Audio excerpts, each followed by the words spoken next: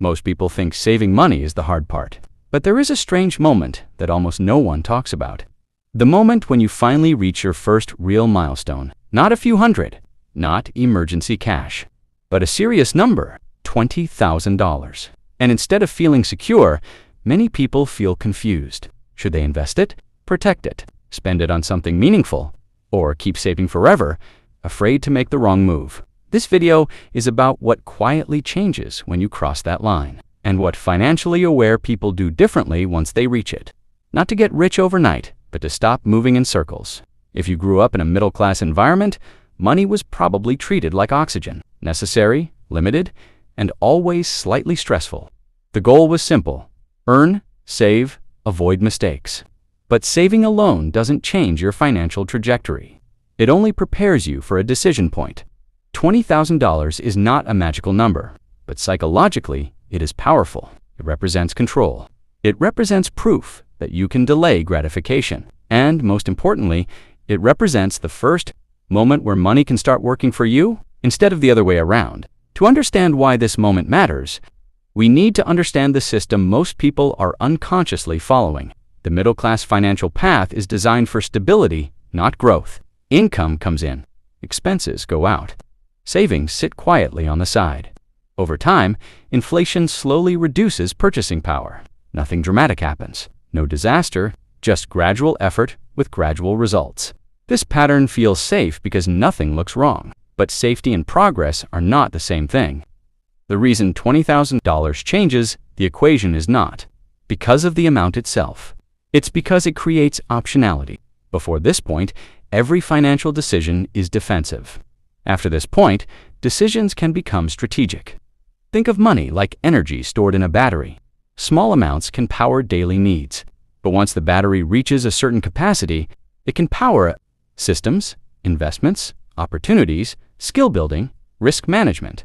The mistake many people make is continuing to treat stored energy as something fragile that must never be used. But unused energy slowly loses value. The psychology behind this hesitation is deeply human. Loss aversion. The fear of losing what you worked hard to build feels stronger than the desire to grow it. This is why many people who successfully save their first major amount become overly protective. They check their balance frequently. They delay decisions. They wait for perfect certainty. But in finance, waiting for certainty often means waiting forever. Another invisible force appears at this stage: identity conflict. For years, you identified as someone trying to save money. But once you have a meaningful amount, the role changes. You are no longer only a saver. You are now a capital allocator.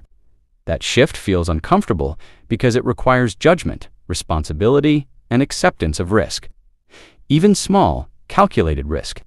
Let's look at how different groups respond to this moment. Many middle-class savers freeze. They keep the money in low-return accounts because safety feels like success. They delay investing because they want to learn more first. Months pass, then years. The money remains technically safe, but quietly less powerful. Inflation acts slowly enough that it rarely triggers urgency, so the decision is postponed again. Another pattern is reward spending. After years of discipline, the saved amount begins to feel like a reward rather than a tool. A car upgrade, a major purchase, a lifestyle adjustment that slightly increases monthly expenses. Nothing reckless, just comfortable. The savings disappear gradually, and the psychological milestone resets to zero. There is a third pattern that receives less attention. Some people treat their first substantial savings as a foundation rather than a finish line. They do not rush, but they do not freeze either. They make a structured shift in how money is used. The difference is not intelligence, it is framing. Instead of asking, "How do I protect this money?" they ask, "What role should this money play in my life?" This question changes everything. Money has three primary roles: protection, production, and positioning. Protection is about resilience, emergency funds, insurance buffers, financial breathing room. Before 20,000, protection consumes most savings goals. After 20,000, protection can be fully established rather than constantly rebuilt. Production is about generating future value. This includes diversified investments, skill development, and assets that create income or appreciation over time. Production is how money stops being static. Positioning is about optionality. It allows you to say yes to opportunities or no to pressure. A career shift, a business experiment, time to learn something valuable. Positioning is quiet power. When people do not consciously assign these roles, money defaults to emotional storage. It sits without purpose, waiting for either fear or desire to decide its fate. Now, consider the deeper psychological shift that happens when money begins producing rather than only protecting. Effort and outcome start to separate. Previously, income required time and labor. Now, part of growth can occur without direct effort. This experience changes behavior. Long-term thinking becomes easier when results are not entirely tied to immediate work. However, there's an important misconception to address. Reaching $20,000 does not mean someone should take extreme financial risks. It does not mean abandoning caution. It means upgrading from reactive decisions to structured ones. A structured approach begins with clarity of purpose, not market timing, not chasing trends, purpose. What does financial stability mean personally? What level of emergency protection removes daily anxiety? What time horizon matters most? Without these answers, any strategy becomes noise. Another key shift is understanding that money is a system, not a single decision. Many people wait for one perfect move, a perfect investment, a perfect opportunity. But wealth rarely grows from isolated decisions. It grows from consistent allocation over time. This is where the middle-class mindset often struggles. Consistency feels less exciting than optimization, but consistency compounds. Optimization without consistency resets progress repeatedly. There is also a subtle behavioral trap that appears at this stage: lifestyle anticipation. People begin spending mentally before they spend physically. They imagine upgrades, experiences, and status improvements that feel justified by their progress. This anticipation reduces patience, and reduced patience reduces long-term outcomes. Financially stable individuals tend to delay visible lifestyle changes longer than expected, not because they deny themselves comfort, but because they prioritize system strength over appearance.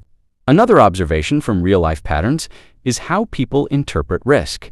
Those with limited savings see risk as loss of security. Those with structured savings see risk as variation around a stable base. The external situation may look similar, but internal interpretation changes behavior completely. The most important insight at this milestone is simple but rarely internalized. Savings alone do not create independence. Systems do. A system answers three questions automatically: how money is protected, how money grows, how decisions are made when uncertainty appears. Without a system, every financial moment feels like a test. With a system, most decisions become routine. This is why crossing a meaningful savings threshold is less about wealth and more about identity transition. From worker to planner, from saver to allocator, from reactive to intentional. There is also a quiet emotional component that deserves attention. Many people feel guilt when money begins working for them. They associate financial growth with luck, privilege, or fear of future loss. This emotional friction leads to hesitation. But responsible growth is not exploitation. It is stewardship of resources that took time and effort to build. So, what should someone understand differently once they reach this point? First, money stored without purpose gradually weakens. Not dramatically, but persistently. Second, clarity reduces fear more effectively than avoidance. Understanding why money is allocated matters more than predicting outcomes. Third, stability is not the absence of movement. Stability is structured movement. And finally, progress is rarely visible day to day. But direction matters more than speed. When people cross their first meaningful savings milestone, they often expect a feeling of arrival. But what actually happens is quieter. The rules of the game change, but the game does not end. $20,000 is not a destination. It is the moment when money stops being only protection and begins to become possibility. Some will keep guarding it, some will slowly consume it, and some will build systems around it that quietly change their future over time. The difference is not urgency, not luck, not secret knowledge. It is the decision to treat money not as stored effort from the past, but as structured influence over the future. And that realization, more than any specific number, is what begins to reshape a financial life.